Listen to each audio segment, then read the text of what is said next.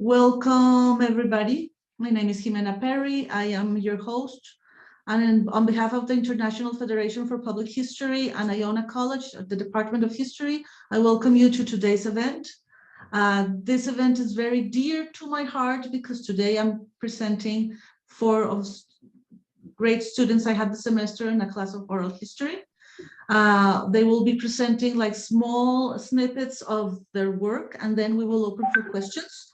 This semester was very interesting talking about oral history because, of course, we talked about like the field and how to use oral materials to do history, but we also talked about the nature, its problems, its limitations, about like new outlets we have with oral history, like how to use it, for example, in social media and blog posts, in museums, etc., etc. So as I mentioned before, we're going to give some minutes to each presenter, and then we will open for questions. First, today we have Germandavid Díaz.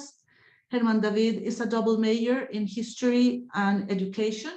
Then we will go with Devon Fernández. Devon is also a double major in history and education. Then we'll go with Nicolas Estrada. He is chemistry major with two minors, one in math and one in history, which is kind of interesting for his take about oral history. And finally, we will have Emily Varker. She's a double major in English and history. So welcome very much. I will ask the people in the audience if you have questions while the presenters are speaking, just put them in the chat and I will read them to them, and to close your mics. And at the end, we can all open our mics and just start the Q&A. Germandavid, the floor is yours. All right, thank you.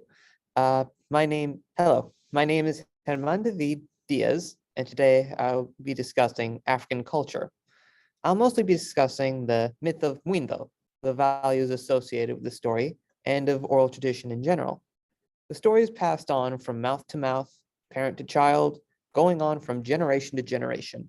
It can teach us important morals on how to live our lives. I'll then compare to a well-known hero from our modern-day pop culture, Tony Stark, aka Iron Man from the Marvel Cinematic Universe. At first glance, this makes no sense, but it will by the time I'm done. Lastly, I want to make note that the heroes of ancient stories are just as cool as our modern superheroes. Now, in African folklore, Mwindo is the son of a village chief named Shimwindo, literally meaning Mwindo's father, who rules the village of Tubondo. Shimwindo wants 7 daughters and plans to kill any sons his wives bear. His plan is to gain massive wealth from the bride's wealth payments. When a man wants to take a woman as his bride, the man has to pay the woman's family to allow it. Mwindo's mother gets pregnant with child, who is Mwindo, but remains pregnant even after 9 months, making it difficult for her to do chores while constantly pregnant. Despite still technically not being born, he is still in the womb, Mwindo uses his supernatural gifts to help his mother do his chores, magically levitating the objects to move for her.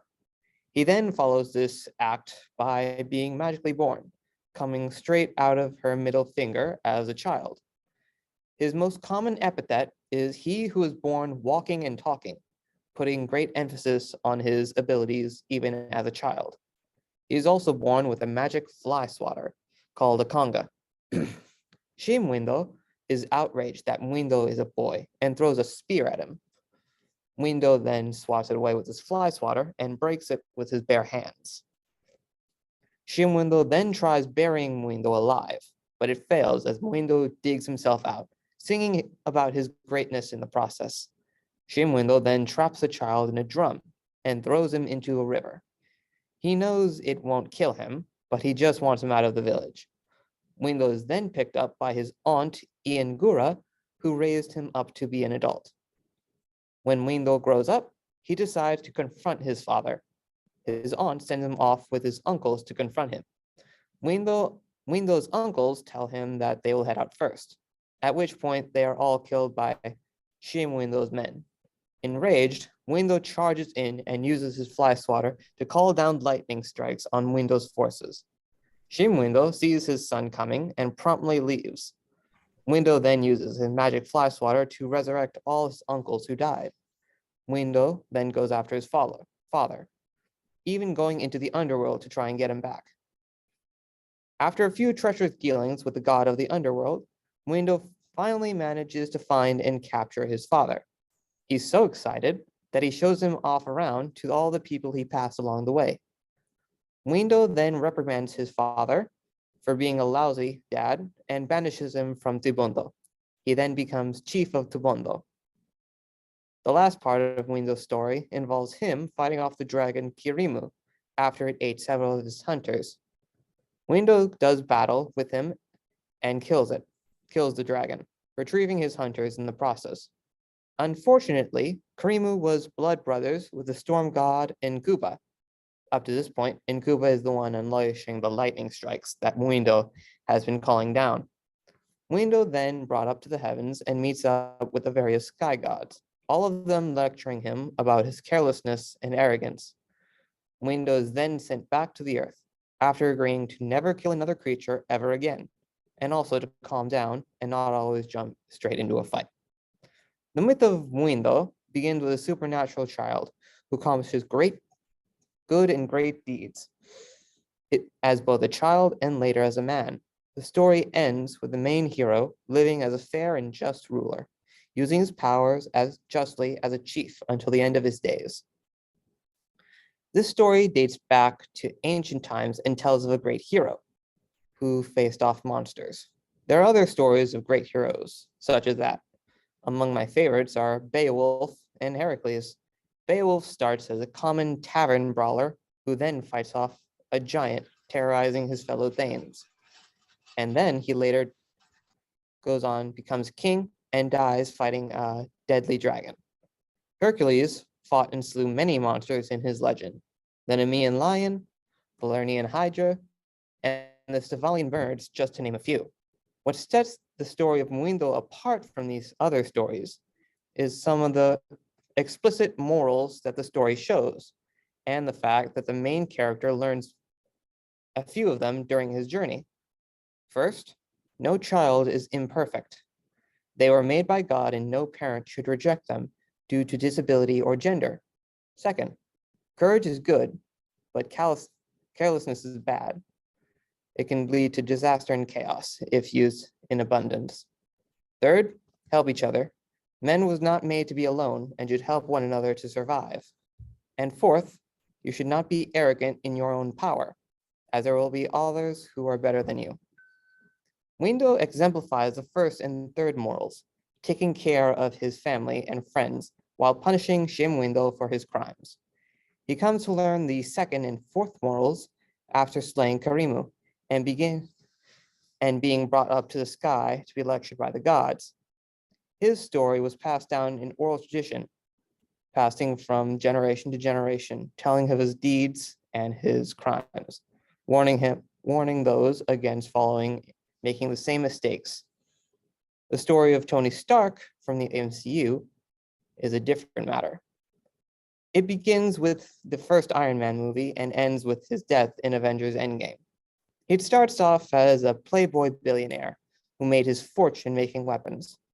After getting kidnapped by terrorists and seeing how his weapons are causing death and war, he builds a suit of armor and escapes, losing a friend along the way.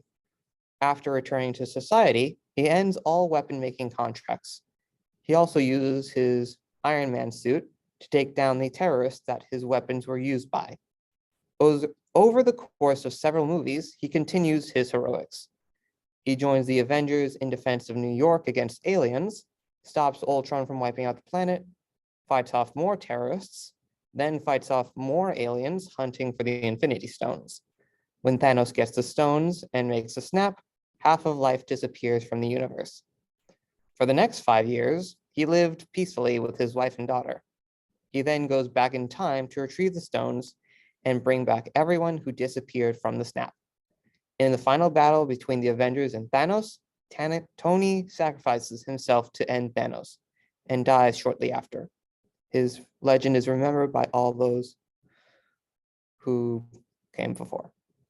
In Tony's story, we can draw on a few other mortals. First, and foremost, take responsibility for your actions. They can affect people in good and bad ways. When Tony learned of his actions leading to war instead of peace, he stopped producing weapons and used his suit to remove the weapons still in use. If you cause someone harm, do your best to correct it. 2, help each other. Throughout the movies, Tony has been acting in his own way to try and help those as much as he can. He's not always the best at showing it, but he always does, especially in the case of his daughter. Both stories show characters with power, either supernaturally born or gained via research and engineering, and use them for good. Both learn life lessons in relation to their power. Window learns to calm down and not abuse his power in conflict. He doesn't learn until the gods themselves drag him up to the sky to gain a clearer perspective on life. Tony learned to take responsibility for his creations and acts to correct his mistakes. Throughout the Marvel movies, he is constantly trying to correct the wrongs that he has caused, either intentionally or otherwise, and in the end, sacrifices the future so that others could have theirs. The stories that we hear can inspire us to do good and be genuine, honest, and morally good people. Failing that, they show us how to always try to do so. No one is perfect, and people will always make their mistakes. It is a matter of how we live and learn with those mistakes. Window was a prodigy from birth who used his powers to help his mother before he was even born. He used his abilities to their fullest without restraint for most of his life until he learned humility and restraint directly from the gods. Tony Stark was unaware of his mistakes until he was directly confronted with them, and then, following that, he begins fixing them as the beginning of his path to become a hero, all the way up to his death. Both heroes teach us important life lessons by the way they lived, the mistakes they made, and how they died. Legends are told, heroes are made, and lessons are learned by those who hear them.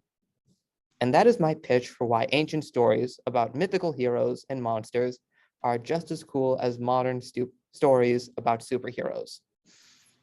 Any questions? Thank you. Thank you, Germandavid. I have actually some questions, but I'm going to wait to hear all of the presentations, but thank you. It was great. Now let's go with Devon Fernández. Devon has a presentation that I will share with you.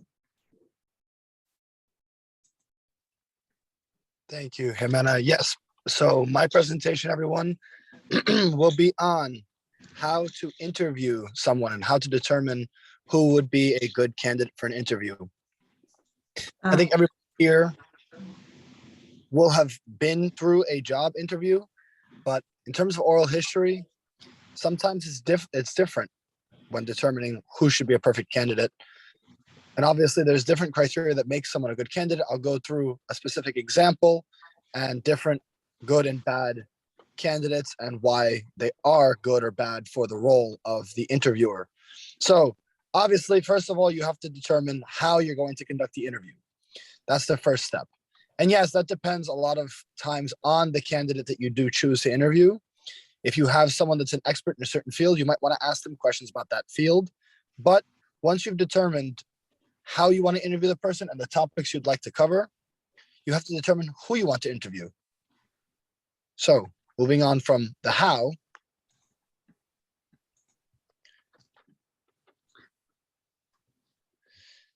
some things that we have to consider before we conduct any interviews. First of all, interviews are usually not, I put often not, but usually not as clean cut as we would hope.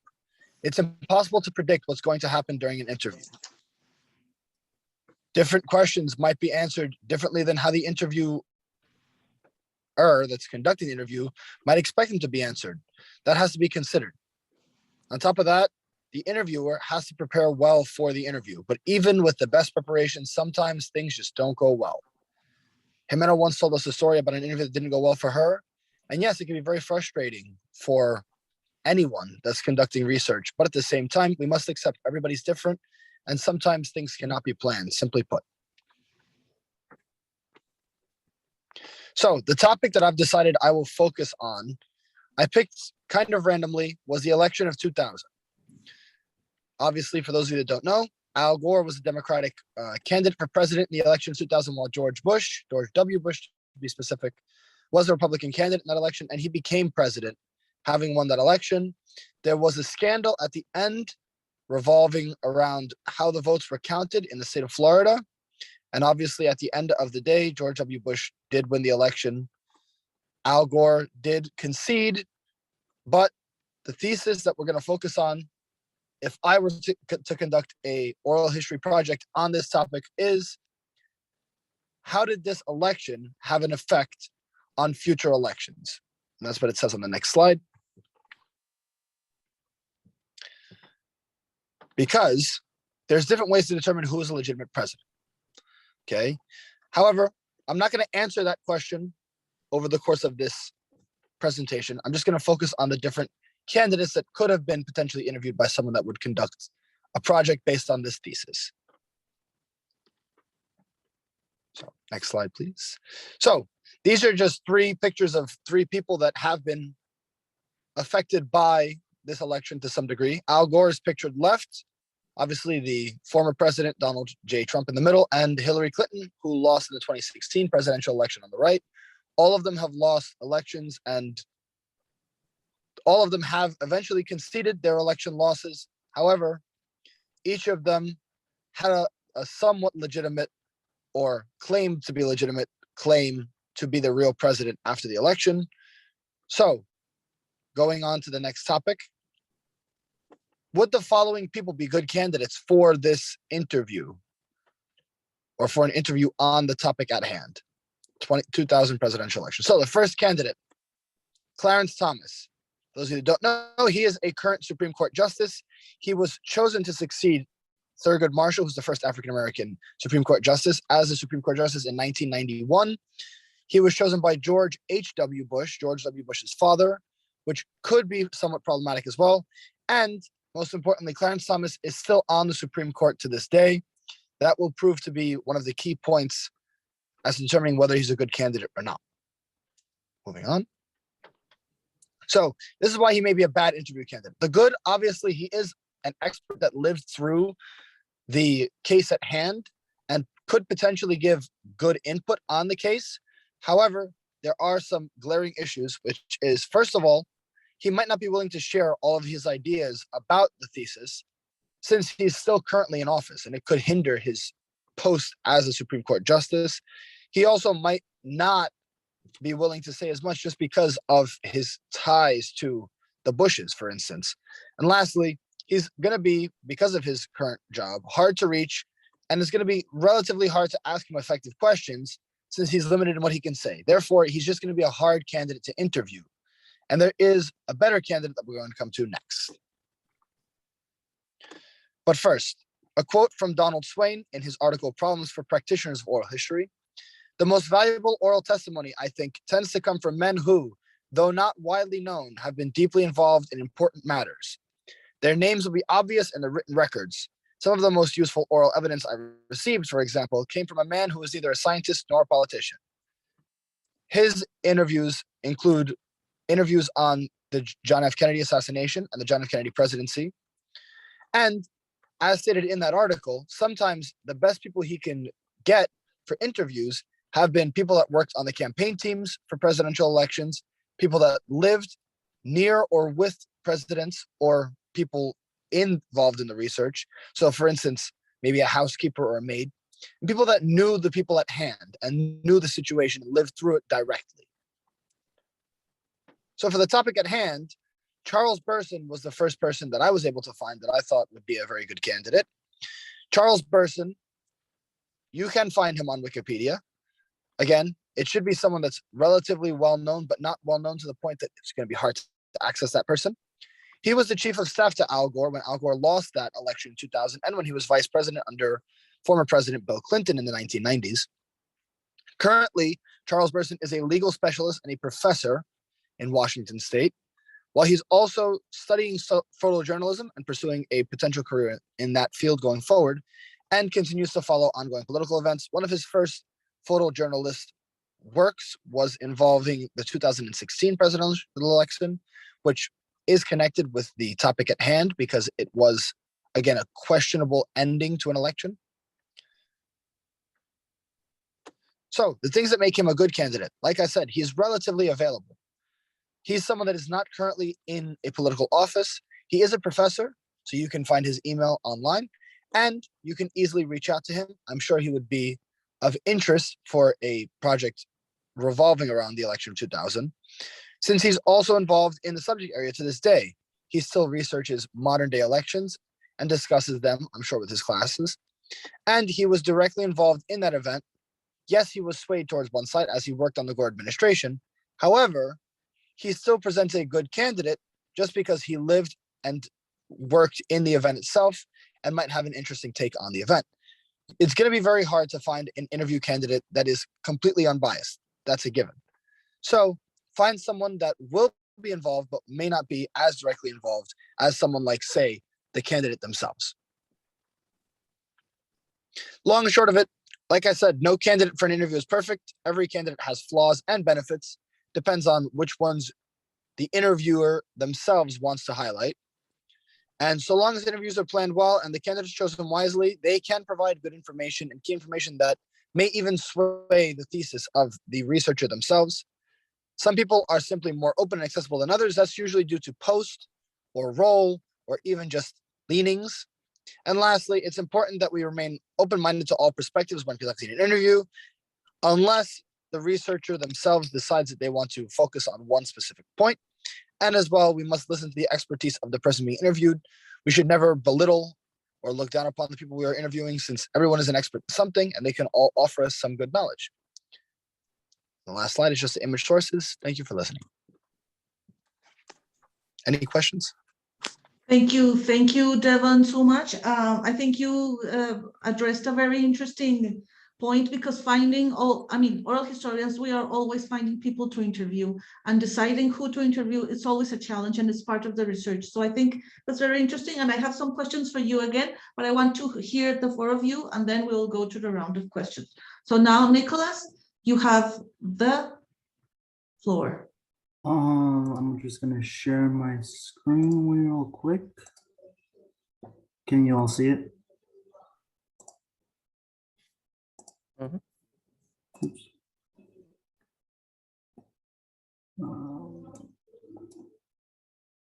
Present.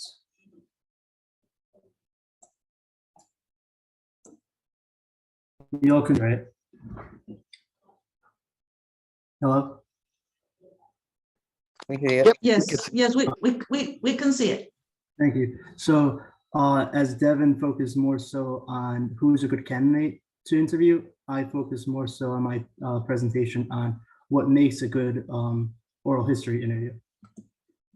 So with this, there's 3 different types of interviews one can conduct when performing an oral history interview.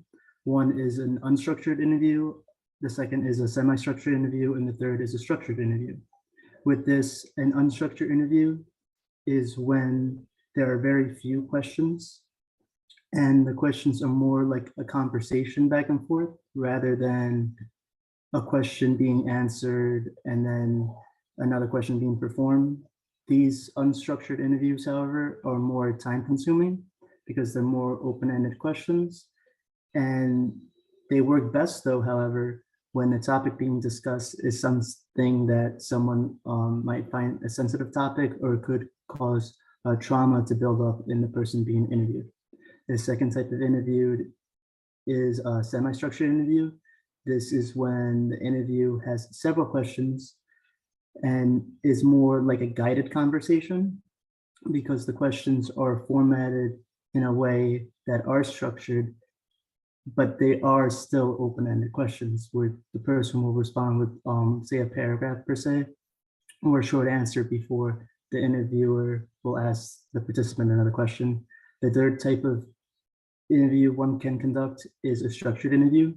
This is when there are a lot of questions, and the questions being asked are formatted in a way that the person being interviewed can respond quickly. Some examples of these questions would be yes or no questions, true or false questions, or questions that are easily answered in a sentence or two. How to prepare to interview someone. So the first thing, as I mentioned in the previous slide, is to know what type of interview you want to conduct. This is important, whether it's a structured, unstructured, or semi-structured interview. With that in mind, it is important to go and gather your own research about the topic you want to learn more about before looking for people to interview, because then you can find which people search specifically more so your topic than others. Thirdly, it is important to plan out the questions being asked during the interview that you want to do. This is because it allows you to structure what type of interview you want to conduct. Fourthly, and most importantly, in my opinion, it's important to gain consent of the participant in the interview, whether that be if you want to record them or you just want to have the audio recorded, or you want to present your findings later on in some sort of way. It is important to gain consent because then you're allowed to do all these things. And the last and final thing is to be engaged when you're interviewing someone. You want to make the interviewee feel important and that you can relate to them, and you don't want to be distracted by outside resources. So you want to be in an enclosed environment and limited to possible distractions. There are always problems that could arise during an interview. Some problems are that the person doesn't live near you. It's funny now that we're all on Zoom due to COVID, and because of this, there's all these resources that it doesn't hinder you. If someone doesn't live near you, you can still interview them online. Another problem that could arise is that the interviewer changes their mind and they don't want to do the interview anymore. You can always look for someone else to interview, but if you do want this specific person, there might be a way to compensate them, whether that be giving them some incentive or financially support them in order to conduct the interview. This is done from time to time. You can see in documentaries, they'll blur someone's face or change the audio so the person being interviewed is protected, but they still get the point across. The person you're interviewing doesn't stop talking. They ramble on about whatever they want to talk about instead, and it's not what you want your interview to be. So you can politely interrupt them and get them back on course and tell them a more related question that you want to have answered about what is being conducted. The final problem that I can think of is that the person being interviewed becomes very upset. This can be resolved depending on the type of interview or the topic being discussed. So, some examples might be a survivor of some violent action that might arise, and you want to learn more about the topic. So in return, you want to comfort them, have tissues on hand, and anything else to help them, and still get you and them through the interview together. It's important when you're conducting interviews to get multiple perspectives about the situation. This is because every person remembers an event differently, and they might be on a different side of the thing that occurred or the thing you want to look at. So by getting multiple perspectives, you can see the full story that arises as a result of this.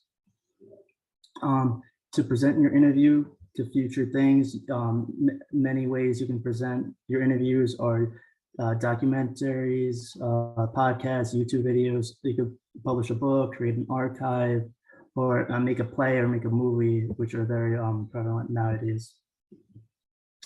Thank you so much. Any questions? And then those are my sources to all the photos I used. Thank you.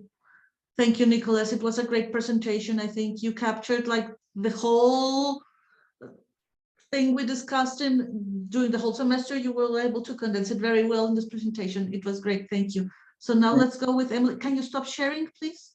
Yes. Just give me a second.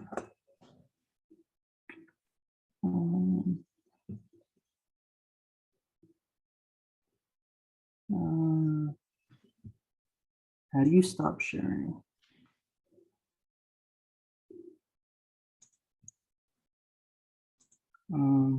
Done. Okay, thank you. Done.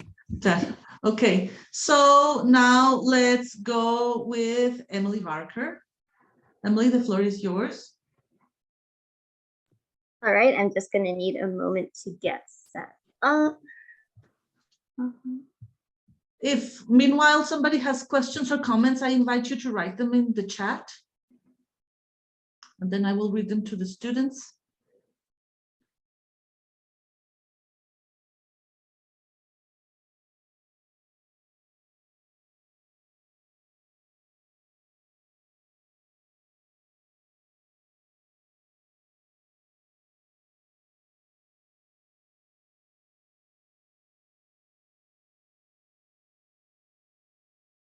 While Emily sets up, I am going to take the opportunity to invite you to our next Explorers event that's taking place on May 11. And it's again with a group of students, but this time from Macquarie University, Australia. They are history majors and archaeology majors. And we are going to talk about public history for young audiences. So maybe the time zones are a little bit funny, but if you can make it, it will also be a great opportunity to learn what students are thinking about public history.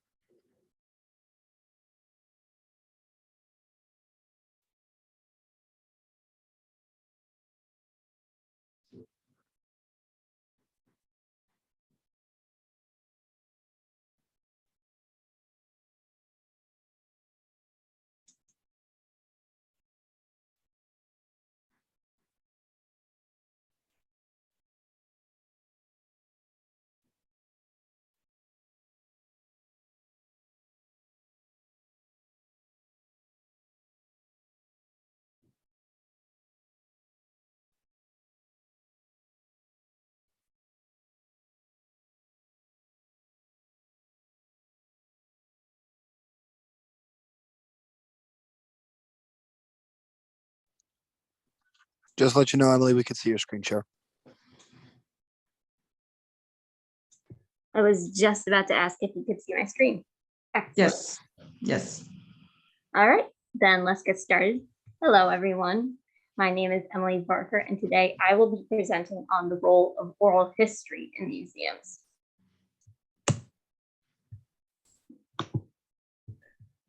So first, let's reflect on how oral history museums can be used as a tool, because after all, our presentation today is called Oral History, Tools and Legacies. So earlier in the semester, I actually presented on the process of decolonizing the museum. So for those who may be unfamiliar with the term, decolonizing the museum means making the museum a more inclusive space. It helps the museum show more respect for the culture which is being presented, but it also helps show more respect to the attendees as well. Oral history plays a key part in the process of decolonizing the museum, since it encourages people to tell their stories and collect testimonies from a diverse array of people. Oral history can also make the museum a more interactive space, since it may encourage visitors to share their stories. Additionally, hearing the stories of real people will get people to engage in a way that they wouldn't normally with events with which they are unfamiliar. Finally, oral histories can make museums more personal. A big misconception about museums is that they are stoic, unchanging, serious experiences presented by expert curators for an audience of fellow experts. For many people, it can be difficult to engage with museums since they feel museums are elitist and out of touch. Oral history adds a personal element to museums and shows that they are not just spaces for experts, but that the experiences being presented happen to real people and they are discussing something important to them. This makes audiences more comfortable with both the museums as it is deferring to those who know best, as well as being more comfortable with potentially heavy topics. Oral history also provides the benefit of adding an individual's internal perspective on an event which happened externally and is known to have happened. Going down into the details of what happened also helps museums feel more personal. Conversely, museums themselves are a tool for oral history. Oral history is an inherently is inherently intangible and unique to the individual. A museum with a large number of resources will be able to interview a good number of people to preserve their stories. The museum can then act as an archive for these stories. One of the fundamental requirements for oral history is that there has to be a listener. Museums ensure that these oral histories reach a wider audience than usual and use the oral histories to educate the audience and expand their view on a particular event. Now that I've gone into the fundamentals of how oral history in a museum could work, I would like to show a case study of how it can be successfully implemented into a museum. Let me introduce you to the War Childhood Museum. The War Childhood Museum was established in Sarajevo, Bosnia and Herzegovina in the summer of 2015. The museum is the result of the research of Jasminko Alilovic. He was writing a book about children growing up during the Bosnian War between 1992 and 1995. The Bosnian War was brutal and saw about 100,000 people killed and 2 million displaced. Alilovic thought it was especially important to gather the testimonies of children who had been affected by the war. When interviewing the now adult survivors, Alilovic found that many of them still had mementos from their war-stricken childhood, though many had lost their childhood items due to relocation. This fueled his passion to create a permanent space for these objects. In his founder's statement on the website, he states, "The creation of this museum is important, not only for the permanent preservation of memories of war childhood, but also because the museum will, unlike other war museums, document the experience of those who played no role in the start of the war and still suffered multiple consequences." Children's stories are particularly important for their potential and suitability to serve as a basis for advancing mutual understanding, which is essential for the reconciliation process. 10 years after the opening, the War Childhood Museum in Sarajevo will be the world's largest archive dedicated to the experience of growing up during the war. So, the main goal of the War Childhood Museum is to gather the objects and stories of children affected by war. How do they accomplish this, and what role does oral history play? First, they collect and catalog items that survivors of war have donated to the museum. Then, they interview children who grew up or are currently growing up during war about various aspects of the war. Something they do in their research process, which is particularly beneficial, is they have all their researchers trained by psychologists on, quote, how to adequately communicate the sensitive issues, how to build the appropriate rapport, and how to guide the interview process. The actual interview process itself starts with a questionnaire of 200 multiple choice and open-ended questions. This helps refresh the participants' memory and puts them in the mindset of the questions they need to answer. It also preps the participants for the kinds of questions they may be asked.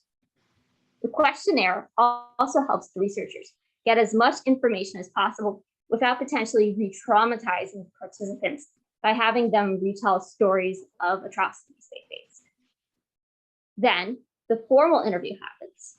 It is recorded on video. Participants may be asked about life now, life before the war, beginning of the war, displacement, housing, living conditions, security, experience of shelling and sniper fire, family life, friendships, school, leisure time, and hobbies, the experience of UN soldiers and foreign journalists coming, wounding and losses, the most remarkable events, the end of the war, the way war childhood affects their present life, and the way how the person thinks and feels about the ongoing conflicts in the war. So the War Childhood Museum has used this technique successfully on a number of different projects. The project was inspired by survivors of the Bosnian War. However, children of all wars, regardless of ethnic or racial status, are invited to share their stories and objects to the museum. Two of their other projects are on Syrian children refugees and Ukrainian children affected by the conflict, starting with the invasion of Crimea in 2014. The museum also curates its sources in a variety of ways.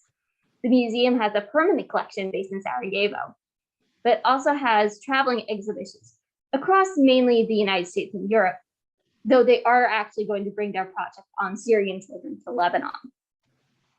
They also use social media and have launched campaigns, one of these campaigns was #Children and Genocide, and it was used to raise awareness for those who may be unfamiliar with the topic, or for those who may be unfamiliar with the museum or unable to go to the museum or traveling exhibitions. So the War Childhood Museum utilizes a more traditional permanent space, as well as extremely modern techniques such as pop-up exhibitions and social media to share the stories of children growing up during war. Now that we have reflected on the first half of the title, the tools of oral history, it is now time to briefly look at the second, the legacy of oral history. So there are two main ties to legacy that oral history museums have. The first is the legacies of the participants. The stories the participants choose to share will be preserved and can act as a legacy for them. For the War Childhood Museum specifically, the legacy of the participants is raising awareness through their stories of their own war-stricken childhoods. Additionally, the stories of those who were lost or perished during the wars are also preserved, sharing their legacies with a larger number of people. Oral history in museums may also have a legacy in and of itself. Since projects like the War Childhood Museum are still relatively new, projects like it that are able to successfully integrate oral history into museums and educate others with it may become a roadmap for future projects and may even inspire others initially reticent to utilize oral history to give it a try. This would preserve even more stories about more events that need to be remembered, especially from an individual's perspective. Thank you for listening. I will actually put the link to the website of the World Childhood Museum in the chat. And I strongly encourage you to look at it and see firsthand how amazing their work is. Thank you.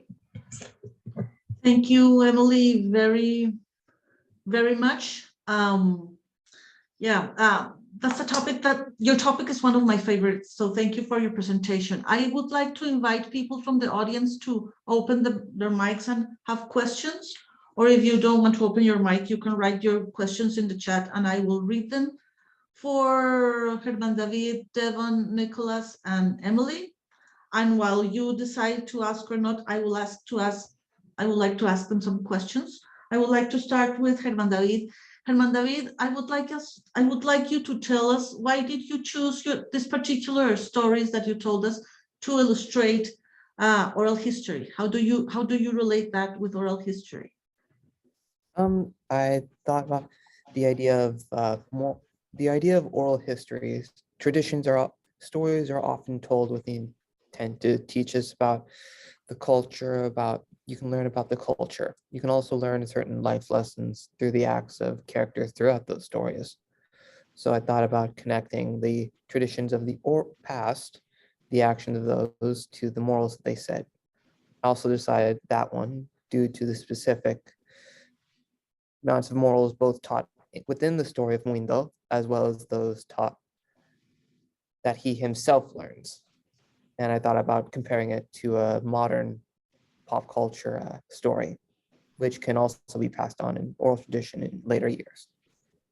Yes, I think your examples were great. I enjoyed it immensely, and I think you touch on a very important topic, like also oral traditions that pass to one generation to another. They're also like teaching tools. They let people like to know how to act in their own cultural context. So that was very good, Germandavid. Thank you very much. And I have a question for Devon. You mentioned, Devon, that I mentioned one time in class that interviews can go wrong. And yes, of course, they can go very, very wrong. You showed like a logical process to choose an ideal or a good interviewee, but what would you do yourself? Put yourself in the shoes of an interviewer that something goes completely wrong, what would you do? How do you think you would react? Well, thank you for the question. I think it depends on the context of the interview, the topic especially. If you're talking about something particularly traumatic and it goes the wrong way, it could really make the point of the interview get lost. But I think, for instance, in the case that I presented, which was chosen kind of arbitrarily, just as something relatively recent, which most people know something about, I would say if the interview goes wrong, try to refocus it, or if there are valuable points being brought up by the other person, even if the interviewer maybe isn't trying to focus on those points or isn't agree or disagree with them in any way, allow the person to speak to some degree. But once you get to a certain point where you need to refocus it and you do need to get to the point, just kindly redirect that person. And if they can't be redirected well, then maybe just choose another person to interview. That can sometimes be the best case scenario. But ideally, refocus the interview in a nice and polite way where you're not getting aggressive or angry towards the person. And most people respond well to that kind of thing, I think. That was going to be my follow-up question. What if you interview someone that has political views radically different from yours and you start to feel like it's getting to your bones? So that could be a challenge, and we have to be, like, as you mentioned, like professional enough until a certain degree to let them speak, but then try to redirect and also try to maintain ourselves as, I don't like the word, but like objective as possible, if that's even possible, but like not to engage it in something that could end in the wrong way. So thank you.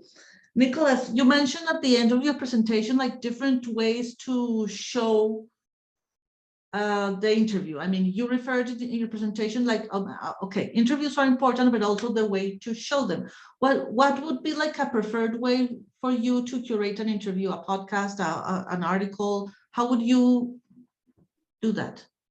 I think it depends what topic you want to discuss firstly, and then you go from there. Like me personally, I prefer documentaries. I think they're the most like you can learn the most in the shortest and quickest amount of time, and they're more so straight to the point on it. But it depends what the topic is. Like if you feel as if that it's kind of like a fun topic, like you just decided to interview your friend about something that you find interesting, I feel like a YouTube video or a podcast is more fitting for this. While if you're trying to make something, it's something historical and you want to get as accurate as possible, a documentary or maybe a movie or something, or writing an article or something is more professional, and it's that type of interview more so. So I think it really depends upon what topic you're interviewing someone on. What do you think about, for example, new, well, not new for me, but perhaps not for you, like TikTok or those kinds of social media to produce some kind of content related to oral history? Do you think they would be effective or not? I don't think they would be as effective because TikTok, for example, I believe you only get up to a minute of content to post, and then you have to post it. So in a minute of time, you can't squeeze like everything into that as efficiently. But YouTube, I know YouTube is kind of older now. You can make a YouTube video as long as you want. So that's more fitting with new technology, I guess. Thank you. Danny Y. Bellinger. Hi, Danny. Thank you for being here. He says that now TikTok, it's up to 3 minutes. Okay. Oh, okay. So I guess, Yeah. I guess that's a little better then. Yeah, a little.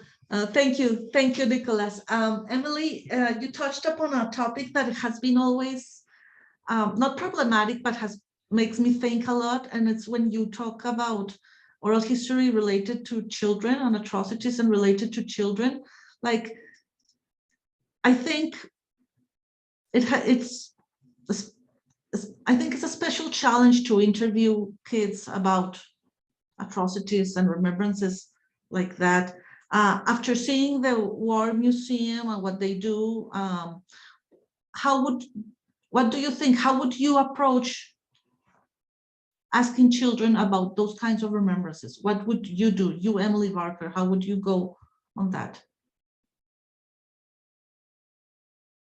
Oh, wow.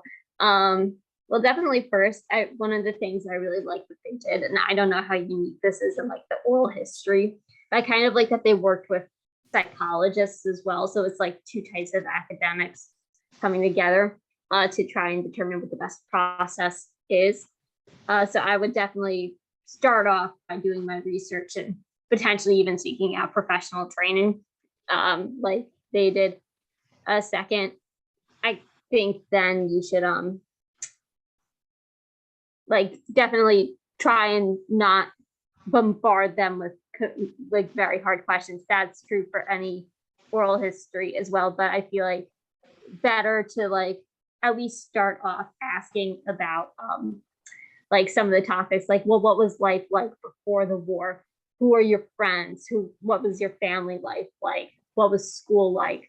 Maybe then like getting into some of the heavier topics, such as like what happened to school and family and friends when the war started. Yeah. Yeah, thank you, Emily. We have a few minutes to ask more questions. I don't know if you, among the four of you, you have questions for each other. If you would like to touch upon, oh, Danny, I'm sorry, Danny, please, you can open your mic and do the question. Yes, hi, can you hear me fine? Yes, we can hear All you right. fine. Awesome. So my question is slightly self-serving, but still, I think might be relevant. I just wanted to, and I missed part of the beginning part, so it might have been already mentioned. I'm sorry if my question is not that relevant because of that. But in any case, I was wondering what you folks would think about bringing objects that might trigger memories within interviews. So for instance, I work on video game history, and one of the ways I'm thinking of doing it is using oral history. And so for the history of a specific game, I would think of having, let's say I'm studying one game in particular, bring a copy of that game so that the person could play it, and then that might trigger some memories. You know, there's other ways, pictures and whatever. So I just wanted to know what your thoughts were on bringing these things within the oral history interview. Before we continue, just a disclosure, Danny is the person who processed all the Explorers videos, so thank you. Thank you. Now, who wants to answer his question? Oh, go, everybody, go. Germandavid and then Emily.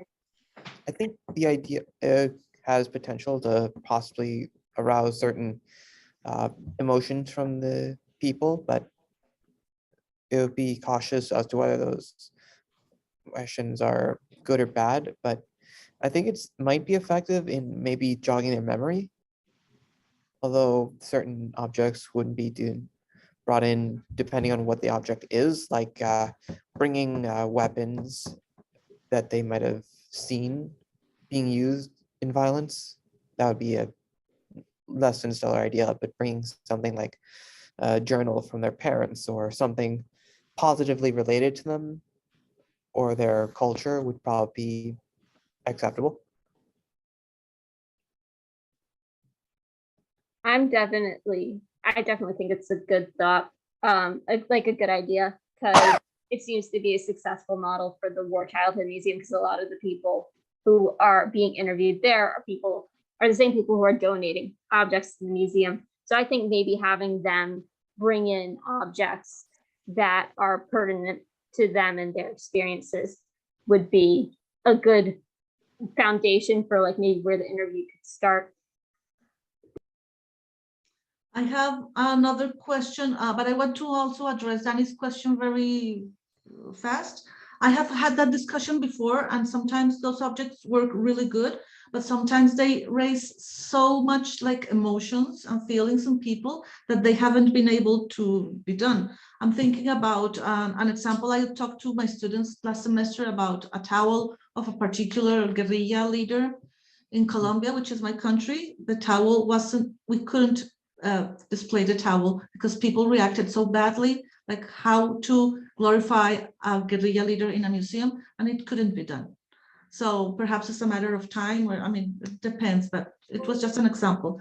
I have a question here for Germandavid. Hello, this is to Díaz or anyone who could answer. My question is, how would you employ such oral traditions that you mentioned while writing a story about a society with no written records? Because mainstream history writing essentially focuses on empiricism. Ideally, I would possibly look into the storytellers who wrote that, maybe get some information on how they learned it, background on them, and maybe what their culture is like, and perhaps create written records from that, although it might be subject to certain biases. Does anybody, because the question itself says to Díaz or anyone who would answer. So anybody wants to compliment, not compliment, but compliment Germandavid's answer? To do a follow-up on that? We have 2 minutes left.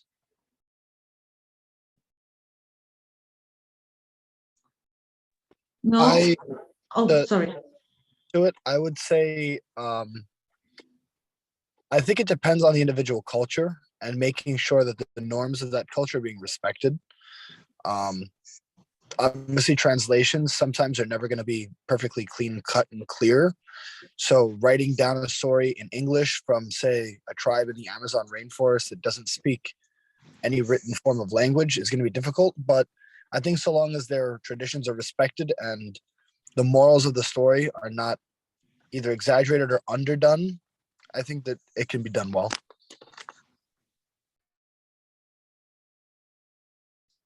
Well, thank you. We still have time for one question. One. And if we don't have any more questions, I would just like to thank you. I would like to thank Germandavid, Devon, Nicholas, and Emily. Your presentations were very engaging. I appreciate them very much. Of course, I am totally biased. I like them all. I thank you, and I wish to see you again in this Explorers event. I do this every month. As I told you before, everybody is invited, and have a good summer, everybody. Goodbye. Goodbye. Thank you. Bye. Thank you. you.